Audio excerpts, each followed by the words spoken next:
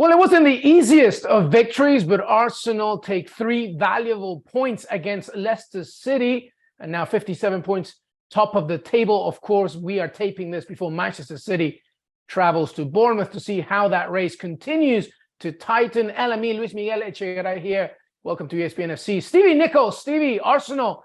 Well, it was tough against Villa, but they got it done. A little bit harder today, I guess. They got it done. How did you see your Arsenal and this 3 points for Mikel Arteta against Leicester City?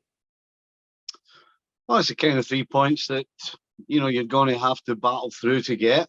Every time you step on the field, you're not going to play like Brazil, like Arsenal have been doing in certain occasions.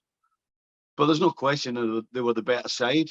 Defensively, they didn't really give Leicester a sniff. I'm struggling to remember a shot on goal from Leicester. And Leicester were at home, remember. Arsenal pretty much dominated the game, weren't particularly great in the attacking third. But you know what? They got the goal, they get the 3 points, and they're sitting top of the league. And nobody can say they didn't deserve 3 points today.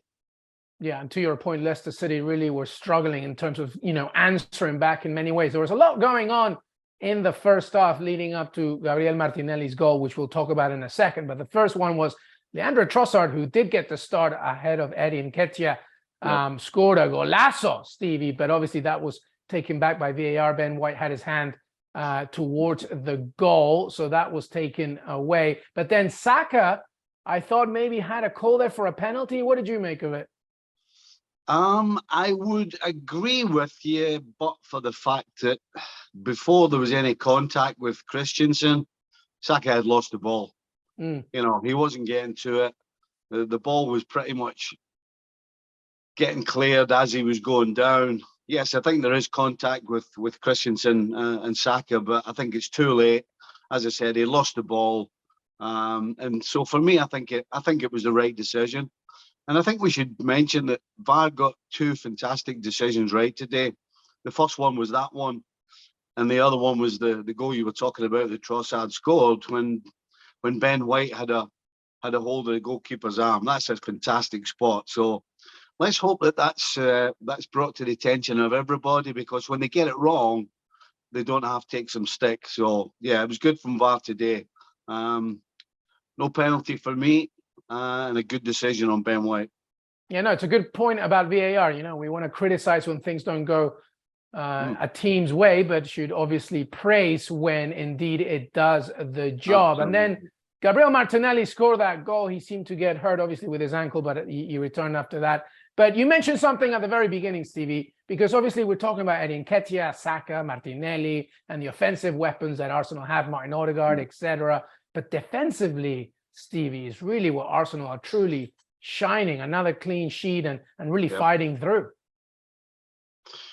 Yeah, I mean, Saliba, Gabriel just complement each other. One goes and one covers. They both step up at the right time. They're both taking care of the fullbacks on either side. Zinchenko is playing fullback, but he's on the ball more than some of the midfielders. And of course, Ben White as a centre-back really has done a fantastic job. All right, well, let me run you through the schedule for March for Arsenal here, Stevie. They go Everton, then Bournemouth, then Sporting. They have to travel there, of course, then at Fulham, then they have to host Sporting again, and then Palace. So that's 1, 2, 3. That's 6 matches in March. One of my biggest question marks about whether Mikel Arteta and Arsenal can win the Premier League once again for the first time since the Invincible season is managing the schedule and making sure staying healthy. How do you see it? Are they about to enter their biggest test, do you think? Not necessarily because of the teams they have to face, but just like the congestion of schedule. I actually don't. I think they've just come through their biggest test. They had a couple of little bumps in the road, and then they played City and they beat City.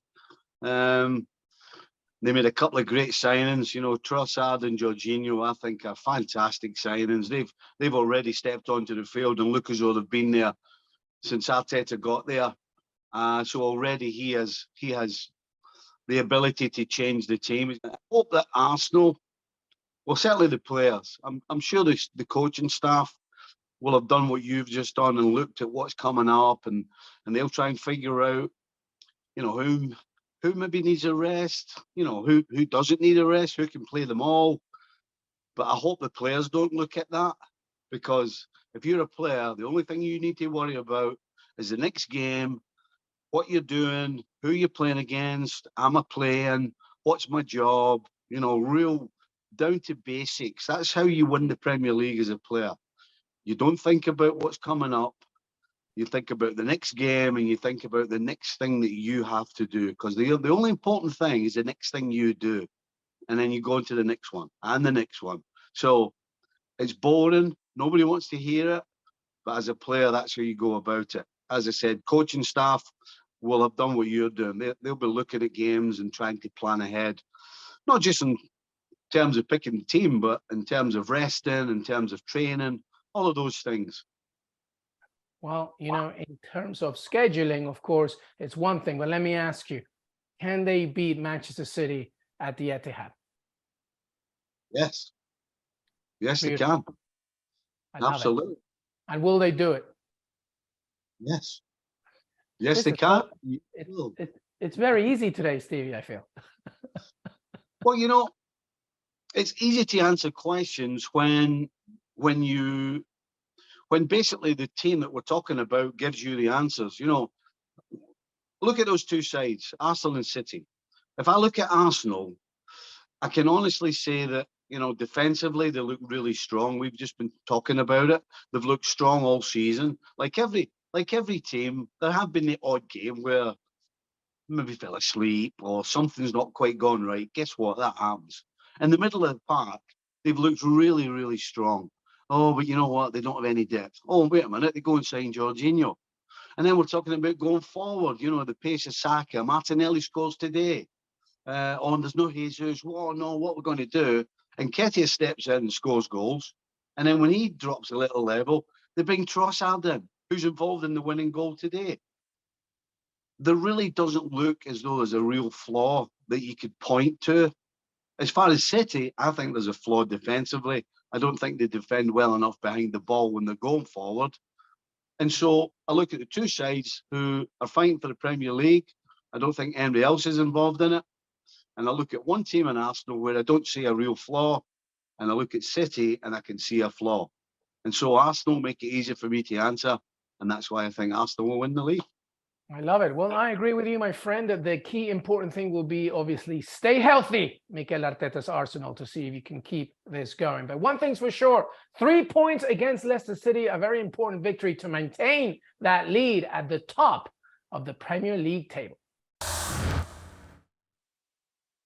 Thanks so much for watching ESPN on YouTube. And for more sports highlights and analysis, be sure to download the ESPN app. And for premium content and live streaming, subscribe to ESPN Plus.